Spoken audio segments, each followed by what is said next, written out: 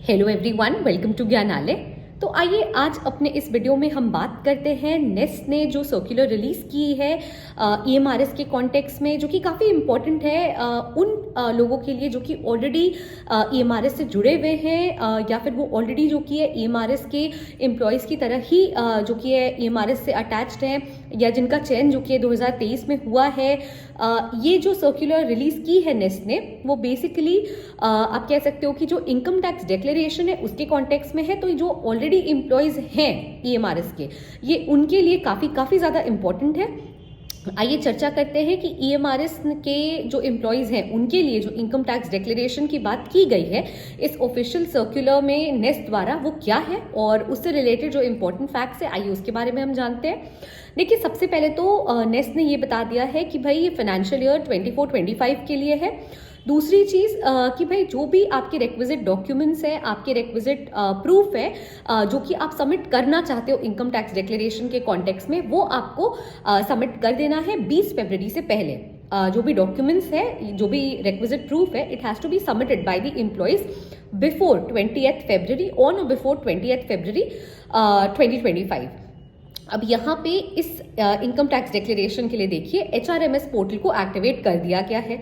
जो HRMS portal activate हुआ है उसमें जो भी रिक्विजिट प्रूफ है या जो भी रिक्विजिट डॉक्यूमेंट्स है एम्प्लॉयज़ को वो सबमिट करनी है। जब एम्प्लॉयज़ वो सबमिट कर देंगे तो एम्प्लॉयज़ की वो सबमिट करने के बाद जो अकाउंटेंट हैं, प्रिंसिपल हैं, उन्हें इस डॉक्यूमेंट को जो कि है कंफर्म करना है कि वो सही है या नहीं है, उसे वेरीफाई करते हुए जो कि है फ्रीज कर देना है और उसे पब्लिश नहीं करना है एचआरएमएस पोर्टल पे, पहले उसे बस फ्रीज करके रख देना है। अब दूसरी चीज़ जो इम्पोर्टेंट है वो ये है कि भाई ये कैसे वो वेरीफाई करेंगे या कैसे वो कंफर्म करेंगे कि ये डॉक्यूमेंट सही है या नहीं है। तो ये बिल्कुल as per income tax act होना चाहिए। जो डॉक्यूमेंट्स ये सबमिट कर रहे हैं एम्प्लॉयज़, वो बिल्कुल as per income tax act होना चाहिए। पहली चीज़, जब वेरिफिकेशन का प्रोसेस चलेगा एचआरएमएस पोर्टल पे सबमिट होना चाहिए। 20 फरवरी तक आपको जो एम्प्लॉयज़ है उनको सबमिट कर देना है।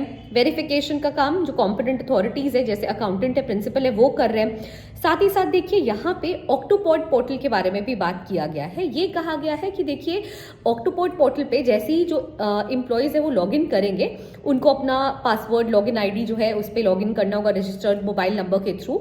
जब वो लॉगिन करेंगे वहाँ पे उसके बाद उनको ऑलरेडी अपने जो अपना पूरा प्रोफाइल है वो उनके सामने खुल जाएगा। प्रोफाइल पे अलग से स्क्रीन पे एक पूरा बॉक्स बना दिया गया है, वो आप कह सकते हो कि इनकम टैक्स रिलेटेड इन्फॉर्मेशन से ही डील करेगा।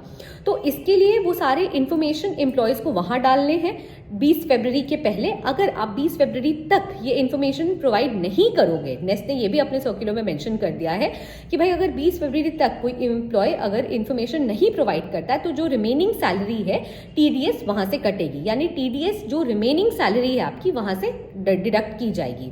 तो ये बहुत इंपॉर्टेंट है। देखिए कि जो भी एम्प्लॉयज़ हैं जो ईएमआरएस से अटैच्ड हैं, वो अपने requisite documents as a proof जो वो सबमिट करना चाहते हैं वो इनकम टैक्स डिक्लेरेशन वो 20 फरवरी तक सबमिट कर दे। एचआरएमएस पोर्टल पे जो कि है फ्रीज किया जाएगा, आप सबमिट कर दो ऑक्टोपॉड के थ्रू। वहाँ पे जो भी आपको प्रोसीजर है, देखिए आपको सबमिट करना है ये ऑक्टोपॉड के थ्रू, आप कंफ्यूज मत करना प्लीज़। ये आपको सबमिट करना है ऑक्टोपॉड पे।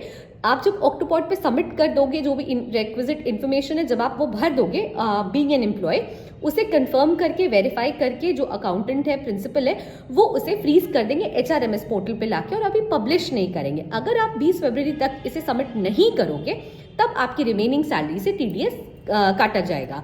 अब देखिए इस कॉन्टेक्स्ट में उन्होंने ऑलरेडी एक स्टूडेंट इंक करके स्टूडेंट इंक का जो एक असिस्टेंस है, वो भी आपके सपोर्ट एंड असिस्टेंस के लिए एक लिंक आपको एक ईमेल आईडी वो प्रोवाइड कर दिया है, माफ करिएगा, कि भाई इस लिंक पे जो किया आप क्लिक करके या इस ईमेल आईडी, इस गिवन ईमेल आईडी पे जो कि आप क्लिक करके जो भी आपको फर्दर क्वेरीज है इसके रिलेटेड वो जो किया आप उस पर क्लैरिफाई कर सकते हो। तो देखिए ये काफ़ी ज़्यादा इम्पॉर्टेंट है उन सभी एम्प्लॉयज़ के लिए, उन सभी लोगों के लिए जो कि एज एन एम्प्लॉय जुड़े हुए हैं ईएमआरएस से, कि वो टाइमली अपने प्रूफ या अपने डिडक्शंस जो कि वो इनकम टैक्स डिक्लेरेशन के लिए सबमिट करना चाहते हैं वो 20 फरवरी तक सबमिट कर दें।